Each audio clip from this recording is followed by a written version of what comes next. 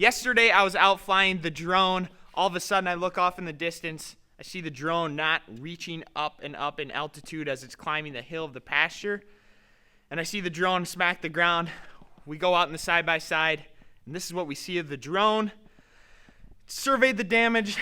I broke 2 propellers, so the wings that smacked the ground, and there is some other damage on the drone.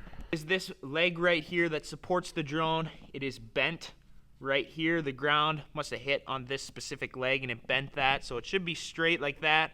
So I'll have to get that fixed today. Also, I cracked part of the frame right here that holds the leg on. I cracked this one in addition to this corner piece over here, which I'll need to get replaced. I have all the parts that we're going to need to fix this.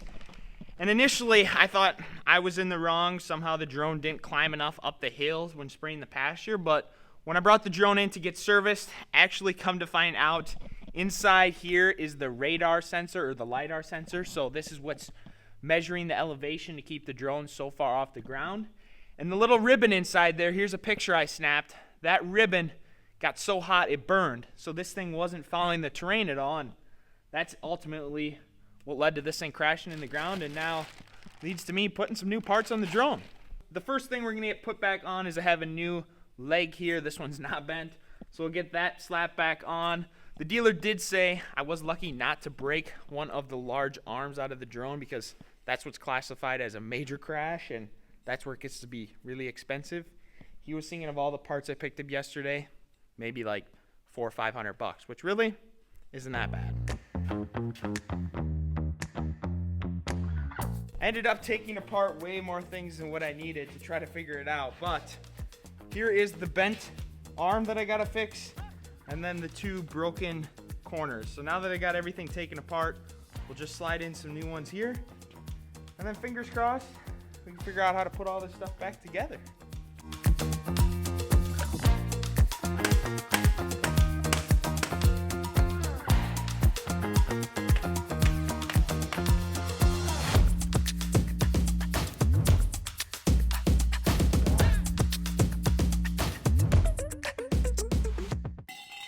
I think it's pretty cool how this thing comes apart. The tank comes off on the bottom. That way, if I did ever want to put a spreader on it to spread grass seed or some sort of cover crops, this is all you got to take off, put that attachment on underneath. But I didn't get into any of that yet this year.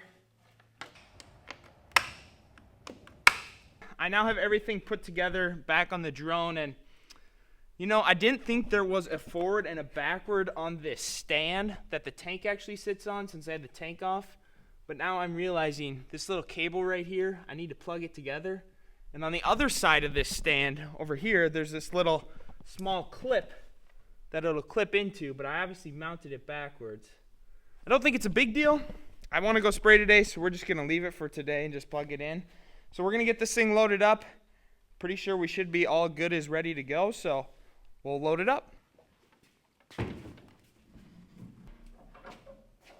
I will say, this was the second time I needed to fix something on the drone, and it's actually pretty easy to fix. It just takes a little bit of time figuring out which screws and whatnot you got to take, but overall, it's not that hard to try to change things and swap parts out on. It's funny to me how yesterday was my first time spraying pastures, and sure enough, what happens? I crash it. I sprayed how many acres of fungicide, never crashed the drone. First time of pasture work, crash it. After crashing my drone though, I did learn one important thing.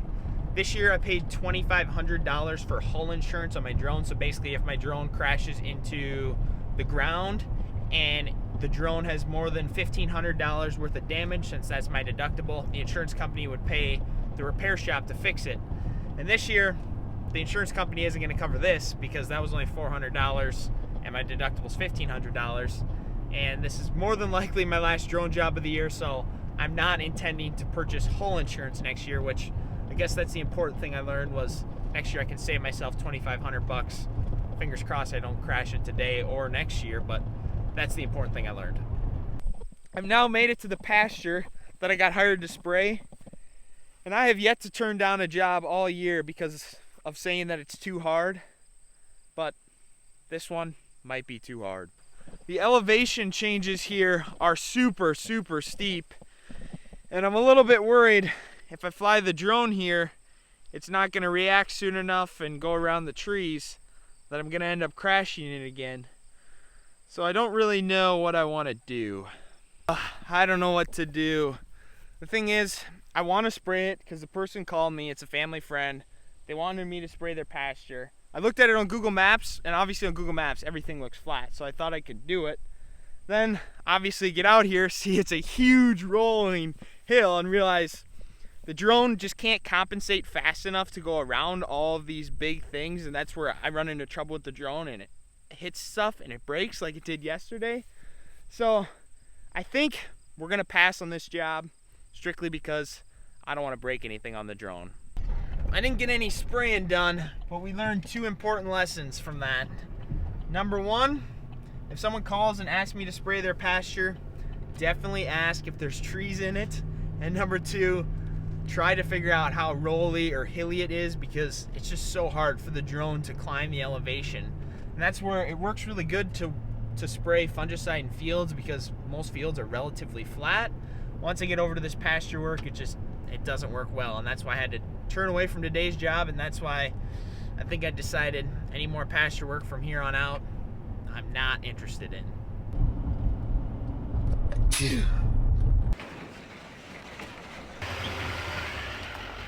Well, today was not a very successful day in terms of getting a lot done. We learned we no longer want to spray pastures though, and tomorrow where I'll meet you guys, we're gonna get started and go start doing a little crop check. So today I'm out in some of the fields doing some scouting, and I brought along, well, Zach asked if he could come. Everyone meet Zach Hefty. Hello. Zach, what are you seeing? It's getting a little late in the growing season, so the plant's starting to senesce, or to die down basically, because harvest is coming along here. And so there is some disease out in this crop, but it's really not too bad at this point, and it's already getting late, so at this point there's no reason to spray or anything like that. But there is a little bit of tar spot, there is a little bit of rust on these plants. The tar spot isn't too bad. If you've heard about tar spot at all, you know it can absolutely destroy yield, but when it's at this level and this late, it's probably not even going to do much.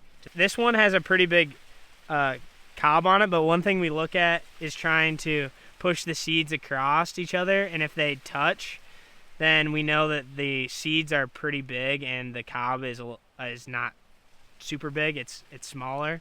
So we like to look at that, or at least my uncle told me about that, and it holds true.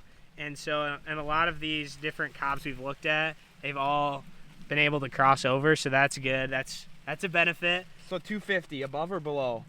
I don't know. That's what I'm shooting for. I mean, I'm hoping that it's around there. I'm not good with yield checks though. I'm very bad with that. But looking at these ears, I would not be mad with having these ears.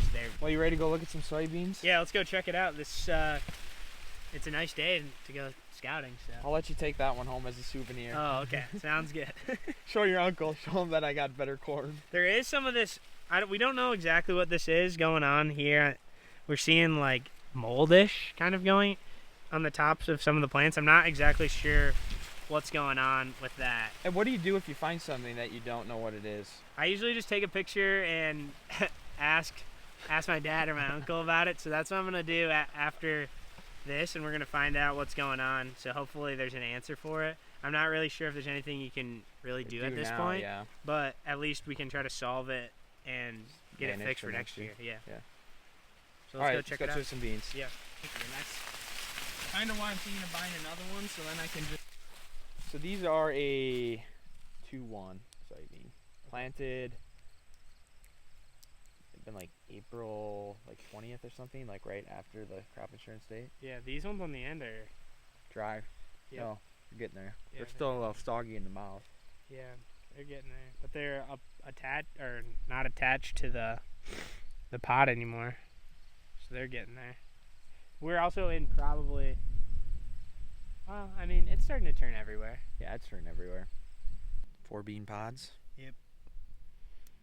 They're obviously a little bit green behind, yeah, than the other ones we just looked at.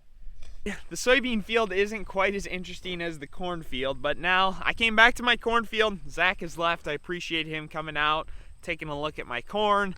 And I've had a couple people online ask me, Matthias, have you seen in your cornfields where you sprayed with your drone, is there a bunch of streaking?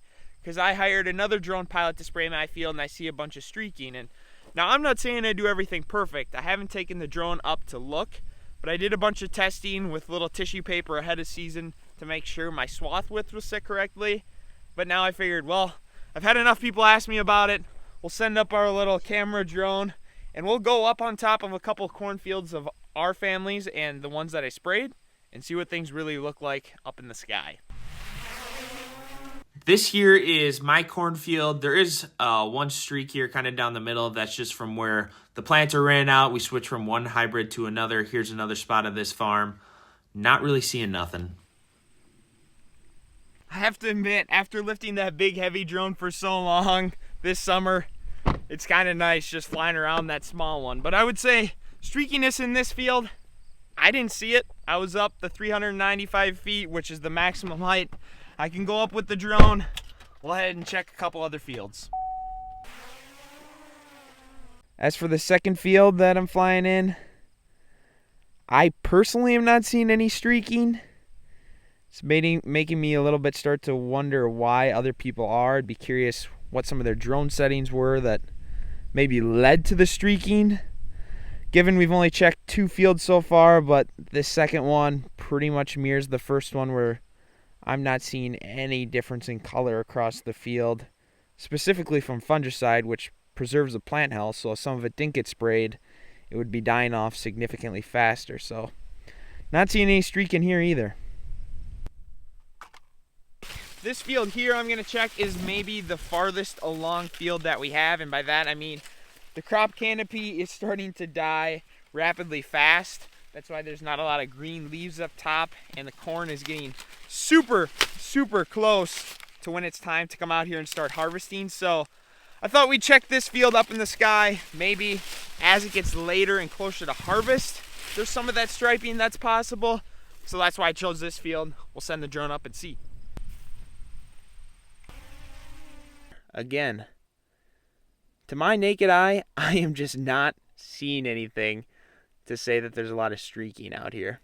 Well, that was a little reassuring to get the drone up there and see that I'm not seeing any ribbons out in the field, mostly because if there were spots in the field that didn't get fungicide, those areas would die off sooner and the grain moisture would be a lot less, and basically that means less return on investment, not only for my farm, but all the people I sprayed for. So I'm glad I did as much analysis ahead of season. It looks like things worked absolutely perfect with the drone. Now comes harvest. And by the looks of things, we are going to have a very bountiful harvest because of the great growing conditions we had this year. We have been very blessed with some good corn. So now out in the cornfields, all we need to happen is for the corn to dry down to about 15 to 17% moisture that we can harvest it at, and then store it in the bins over winter. And our soybean fields are getting super close. If I were guessing, the next video I'll be making will be combining soybeans. So be on the lookout for that. And with that, that's all I got for today's video of High-Tech Farmer. Thanks so much everybody for watching. Throw down any questions or comments you have down below, and we'll see ya in the next one.